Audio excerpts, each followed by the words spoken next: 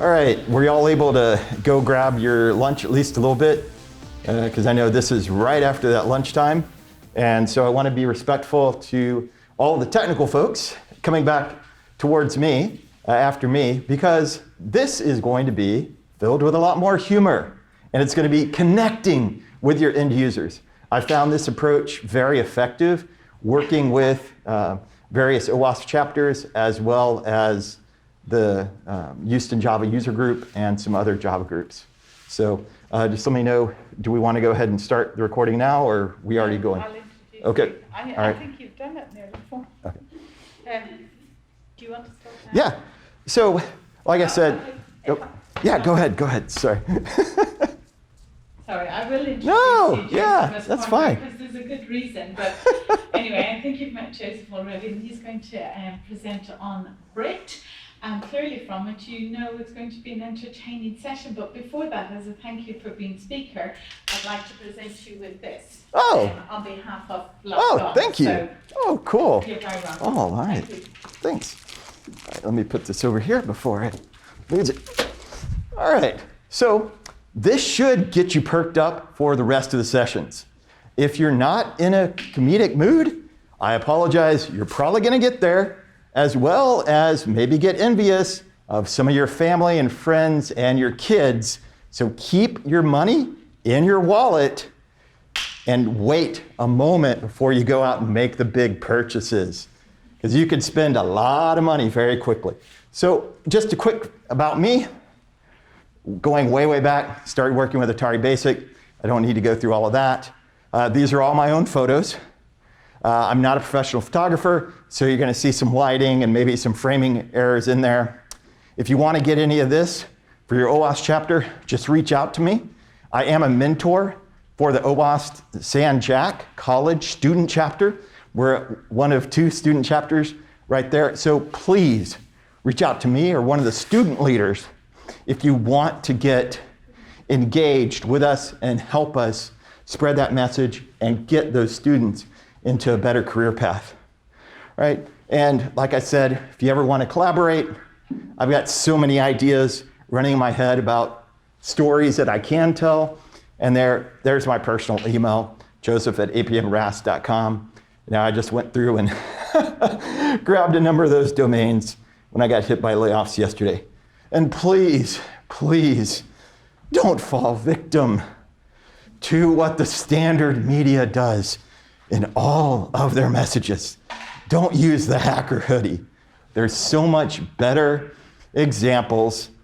Leave the hoodies to esports professionals. This is going to be one of the few slides where I actually have animation. So are you a builder? Are you a breaker? Arg, because you always got to have that arg in there. Or are you a defender? And yes, that is an actual piece, and you can play games if you know how to use that. So contact me afterwards if you want to see that. This goal is to basically bridge the gap between your different teams. If you can get them thinking in a different way that's not dry and boring, you can also go through and make it a little bit easier there. I can come up with so many different acronyms for developers and so many different just starting points, but functional, resilient, extensible, secure, healthy. You could go with fast. You could do any number of things in there. This is just that high level. How do you go through and set the framework and get things going? The best thing you can do to help all your development teams is leverage the OWASP resources. And now they've got OWASP Cornucopia, so that you could go through and play some games in there. But everybody's going to need that instruction manual. Sometimes it'll just be enough to do your daily work. Other times you've got to navigate through all of those mountains. Now here, you got Shakespeare, to build or not to build. That's not the question. Because if we don't build our security plans, our policies, and build those relationships with our team members, we're going to be looking at Hamlet and saying, poor Uric, I knew him well. And then you're going to be saying, I knew my company well, but now it's been taken over. Now, there's also like just a quick reminder, OWASP top 10, and for the 24, you got to have something for your application team to look forward to. All right. This is what I feel is a good, clear representation of some of the new OWASP top 10 references. They might not 100% align with what you're thinking about, but for this one, you've got the standard spaceman. And we're all familiar with this. You can see there's the new logo, there's the worn out one. We'll come back to some of those known vulnerable components there. But you might not think of your partners causing you an impact. Because I come from both that performance and the security perspective. But over here, this could be one of your unconstrained partners who isn't fully versed on best practices for interacting with your API. So that's why this one is shooting at you.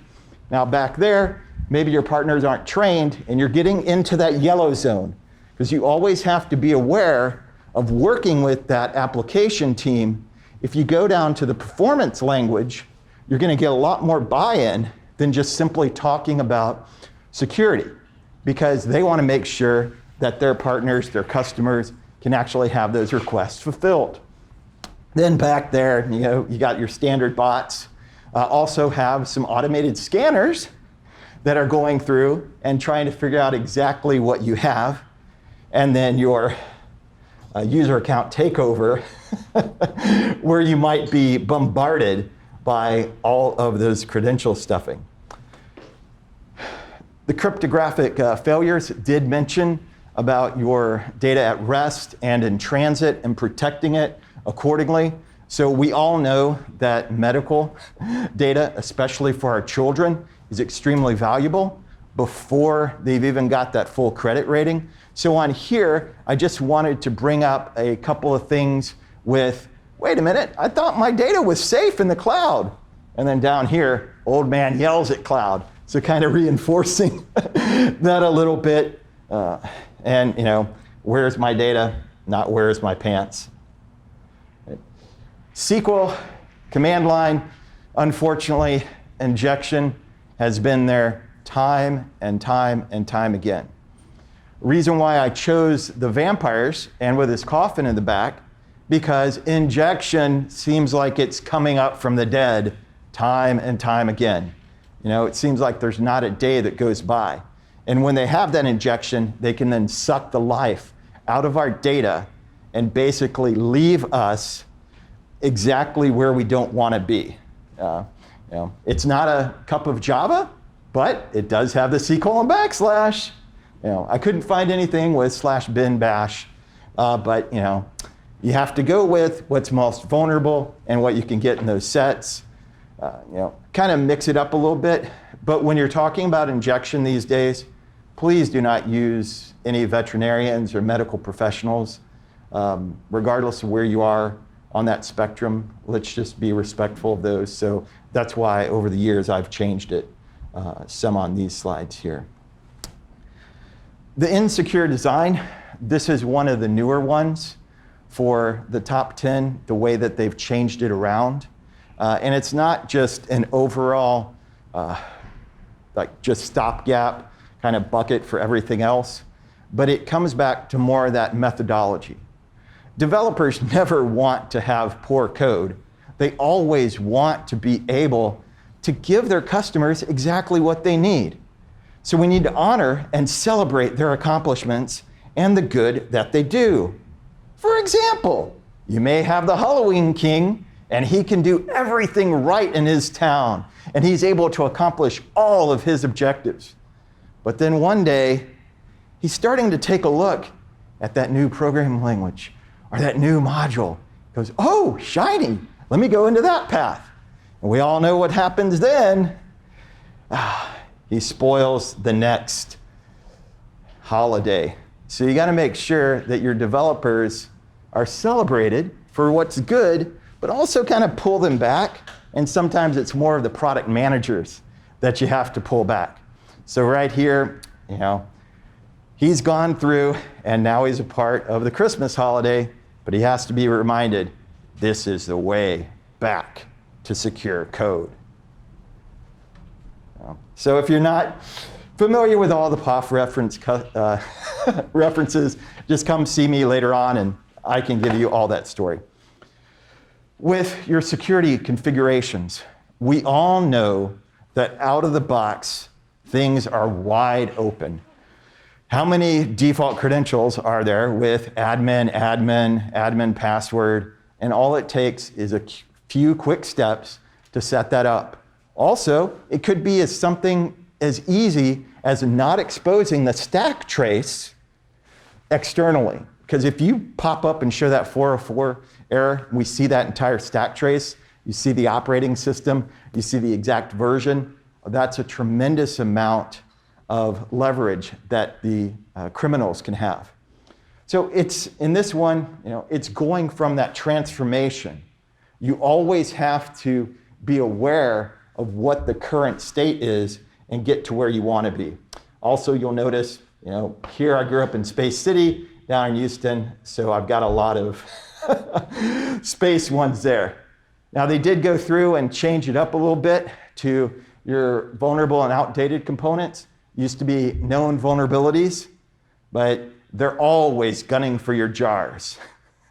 And they want to go through, and yeah, I know I see some folks that are just kind of laughing at some of my corny items there. But this is going to stick in your mind, isn't it? And it does the same way with the Java user groups there. Just another reminder here, when components first start off, they're going to be all shiny and new. But as they get used, you'll start to have that paint or the end user experience rub off. And that's why you have to have a continuous review of what you have. And you need to be aware of what are you going to do when your applications break? How are you going to compensate for that? Otherwise, your end users are going to end up feeling like this after they've slipped on that banana. How many different versions of Tomcat, Apache, or any dependency that you have in your organization, how many are there? And how many do you not know about? And how many are still stuck in that desktop, way there in that closet that nobody knew about? And who knows, they might still be running OS2 Warp or Novell NetWare 3.11, and every now and again they're saying fire phasers. So here, it's not just how many different configurations, but I also wanted to point out things that maybe you were going to add some of those features, but you never got around to it. But that vestigial code is still there, and that's going to be another attack surface that you weren't aware of. So you have to go through and not just see where you are, but do those passive scans and active scans in your environment and have that full-on discovery there. No matter how large or how small or even how divergent the two different development teams might be. If one's saying, hey, I want to stick to the ground and just have my double-decker bus, but the other one's saying, spaceship, spaceship, spaceship. You got to make sure that they're on the same page there. So this is just, I think everybody can relate to this. The other thing that might come in handy is if you were doing it live, just kind of dump all those out onto the table and then see how many spill and you're having to go through and find them later on. That will also encourage those development teams to think about what's going to happen there. All right. This one took a little bit of work to go through and figure out exactly how to come up with this story. So I was thinking of different things, Joker stash, NPM dependencies, and basically how difficult it is to scan those things from outside your organization. That's where you're using some of the OWASP tools, dependency tracker, dependency check, and the rest of them. But this way, you've got your developer here, and you always have to remind them that all of those dependencies, all of those integrations, outside APIs they might be relying on, they need to be aware that there are dangerous parts out there. And if they're not aware of it, it's going to be transparent to them. And the criminals are going to be hidden a little bit. But you've always got to make sure that those Git branches and dependencies that you're used to using haven't been taken over by a malicious actor. Because open source, it takes time, it takes money, and sometimes those projects get abandoned way too early in the cycle. A lot of times there's going to be those back doors. So understanding where that is and framing it in terms of financial impact. The financial impact is actually what gets the business owners, the application teams, the people that have the money on the table to invest in whether it's performance or security or integrity. And they're also the ones that are on the boards. So the easiest way to show them the value of your security efforts and being able to align with those development teams and being a part of that is to show them the financial impact. Unfortunately, today, most executives are aware of ransomware, but we do need to be more cognizant of those government entities, those small schools, those counties. It could be those MUDs, the municipal utility districts that we're not thinking about, but they do have critical infrastructure ownership of the water, the power, and we all know the impact of not having power resiliency because of our last winter here. All right. Used to be, in previous top 10s, you had insufficient logging. But now, it's going to be security logging and monitoring. Developers need to understand when they need to ask for help, and that it's okay to ask for help. And when you come in, you need to have an attitude of humility and respect for them instead of being a vigilante, thinking that you know everything. If you come in all your black suit and say, "I'm Batman," that's going to turn them off. And sorry, I'm not Will Arnett, so I can't quite do that exactly right. But we have to be more like a partnership. And you could see that there are other superheroes along the spectrum that take a cooperative approach. And later on, I'll talk a little bit about insider threats. But if you look at some of the superheroes and some of their approaches, you have to wonder, where are they on the spectrum? Have they gone too far to the dark side? Or are they still on the light? Are they in that gray area? So you have to be aware of the personalities of the people on your team and how well they fit in. Just because you have someone that can throw the sharp objects from far away versus an archer, you'll notice that those are completely different mindsets. And one's willing to be open and honest about their identity, the other one cloaked in darkness. Just an aside about personality on here. And it's not just logging what's bad, but you also need to log what's good, so you're known good conditions so that you can do those comparisons. If you don't know the expected messages, strings, event sources, you're not going to be able to detect what's wrong.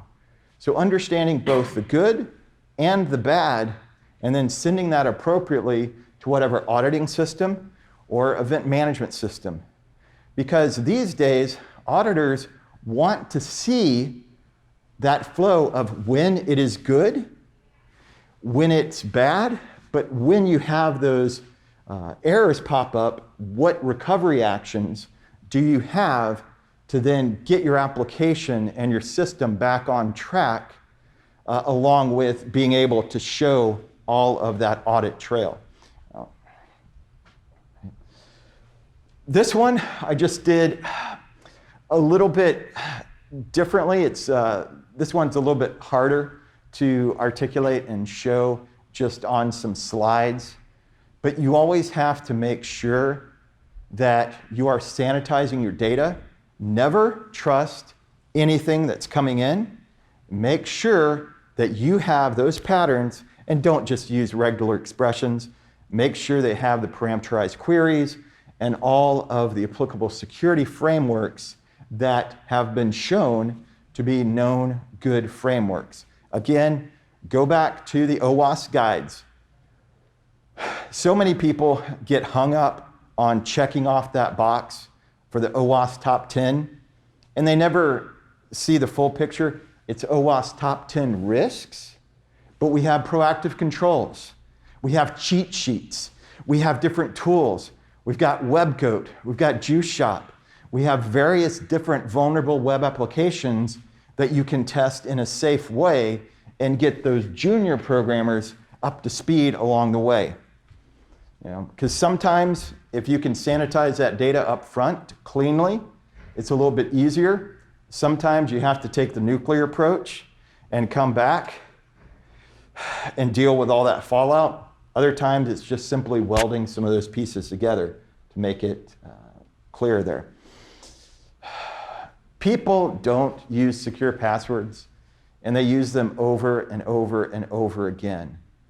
You have to anticipate that, and as much as possible, protect your users.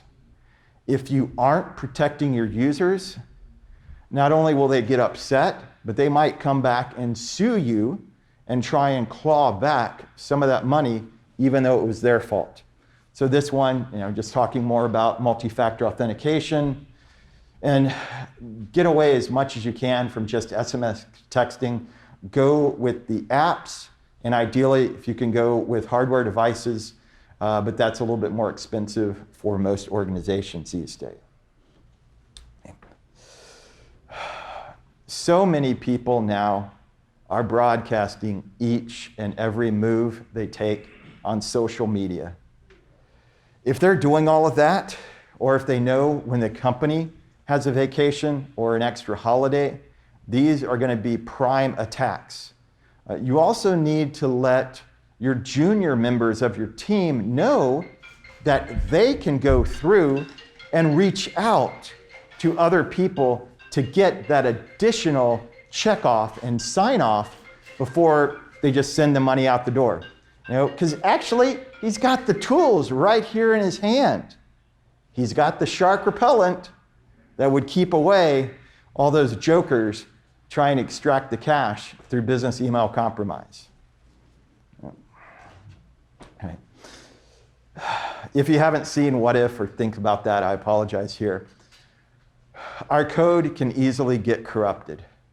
If we have those discussions ahead of time, those tabletop exercises, and say, what should our code be? What could it become? And by having those comparisons side by side, the cheerleader here and the programmer with the businessman, and then also, what are your iterations?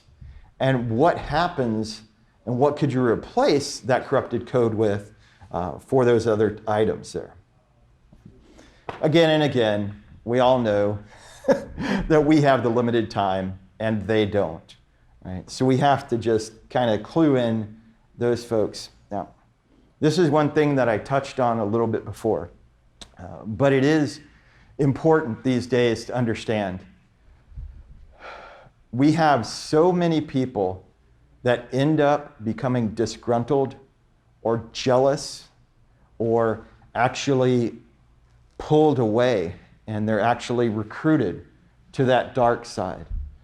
So, this is where we also need to help various people on their career path and understand their motivations, their skills, along with their weaknesses. Because, just because you want to be the next sidekick doesn't mean that you have all the skills right now. And rather than being corrupted and resurrected by Joker or Scarecrow, depending on which iteration, it's better to have that build up. You know, it could also be that people change teams out of fear or out of desire. So that's why we have Sinestro up here with the Green Lantern over to the Yellow Lantern, and there's a whole spectrum. You can look at that later on. Now, sometimes it's not of their own making. It could be that they were traumatized or damaged by someone else. So we have to be able to help pull those people back in and know that they're going to be, sometimes they're willing to make the right choice. Other times they're going to go over to the wrong side there. Okay?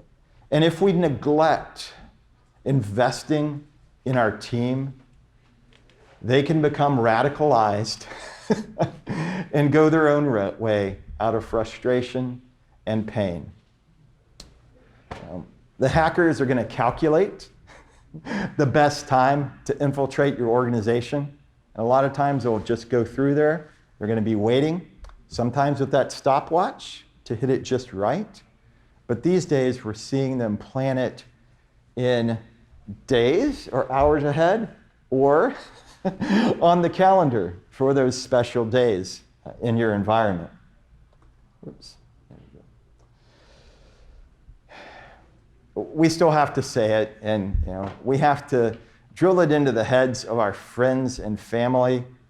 Just because they get some shiny new watch or coffee maker or used to be DVD player, they've got to realize that not everything is safe, and those can be attack points not only internally to them, but being used externally.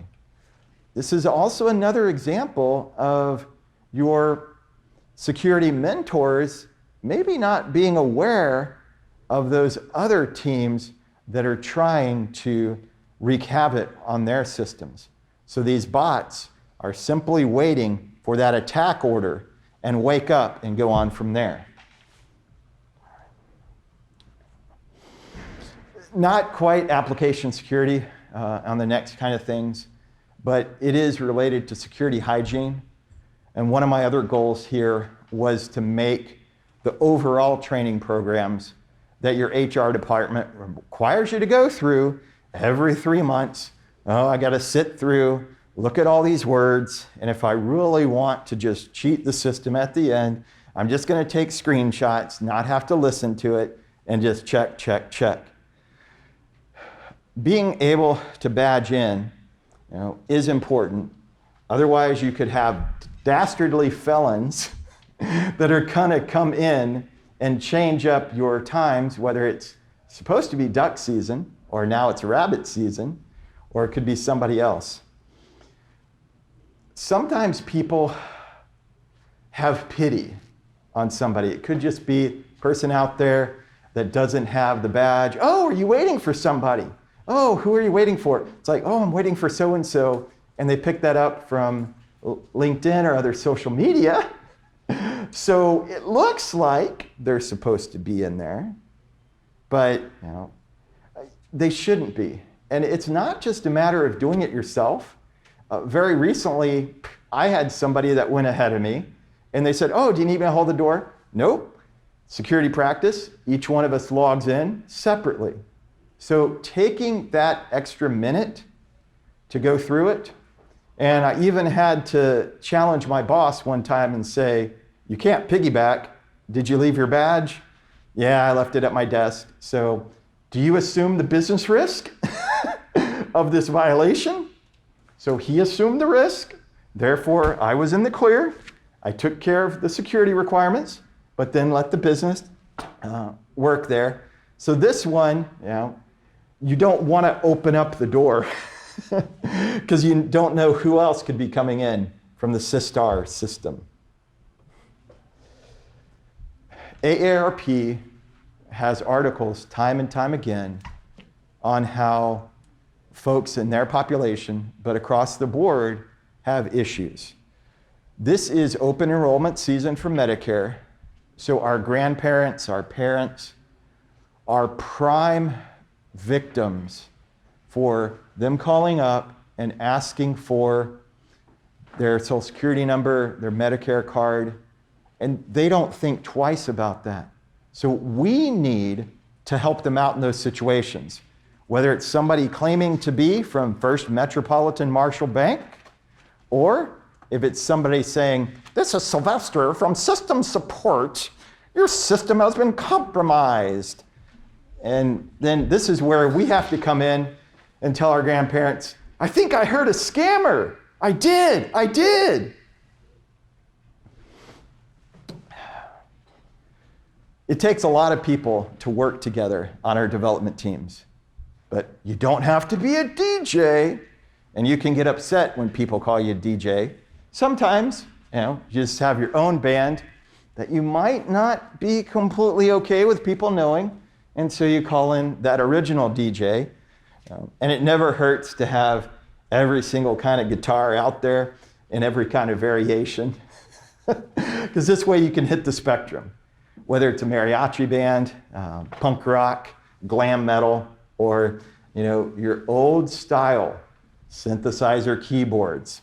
Used to be big there in the 80s and 90s when I was growing up. But remember, we're in Texas, so you always got to have the fiddle in the band. We're not Louisiana. When we work together, we get that cumulative effect.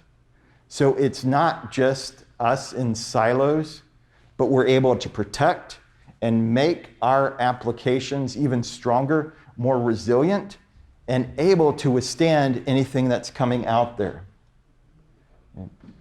Security, it's not a laughing matter. It's not magic by any means, even though sometimes we try to make it appear to our bosses so that we have continued job security. But in Texas, sometimes it is rocket science. And we do have several different colleges here that still have PhDs in aeronautical engineering. It's also a way for us to get involved in mentorship. Okay? There are some great sets out there. One is the Women of NASA. If we don't understand the past contributions of that entire spectrum, we're not going to be open to the insight and thoughts of the various populations. So we need to be able to understand and celebrate. And I don't know if you caught it at first with the telescope, but look at the universe and the galaxy and the way that the picture is hidden there. Notice it's got a muse or a female representation there in that universe. It's our responsibility to pass on the knowledge and train that next generation. If you don't like all the space themes, whatever, for your organization, you could always switch it up and make it exactly what you need there. Right?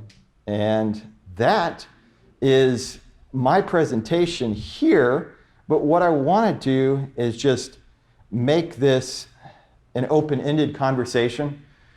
Now, because I can't tell you how many hundreds and hundreds of minifigures I have and that I was pulling out to try and figure out things, and how many pieces I've started doing inventories. But I'm not kidding when I talk about how much money you can start dropping if you're not aware of it. And you'll start to see more and more engagement with building, because you've got different various shows out there, celebrities, they're prominent, and they're actually actively recruiting adults to come into the mix.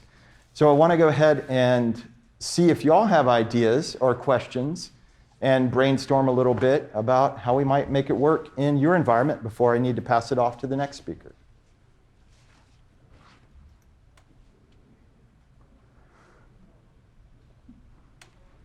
All right. So, not hearing any comments yet. I'm going to try not to go through that comedic dead space.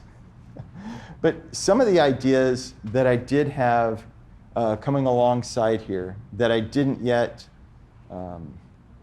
fully developed, where notice I didn't have any Wizarding World scenarios, but for those I did want to do a little bit more development, say, of the mentors. Because there are a large number of mentors of various backgrounds that you could go through and come into play there. If you needed to talk about pipelines, or like they were talking about in the last session about those phases, that might be appropriate for trains. And then you could have your different tracks being derailed or what have you there. Okay. So I know I went really fast, and it wasn't my intention to throw technical information to you, but to keep you awake after lunch and get you thinking. If you do have ideas, or you want to get some of the photos, or you want me to collaborate with your OWASP chapter, or if you want to contribute to the Sanjak student chapter, please let me know on that. So appreciate your time. This gives you a little bit of a bio break as well, and before the next presenter has to come on the line.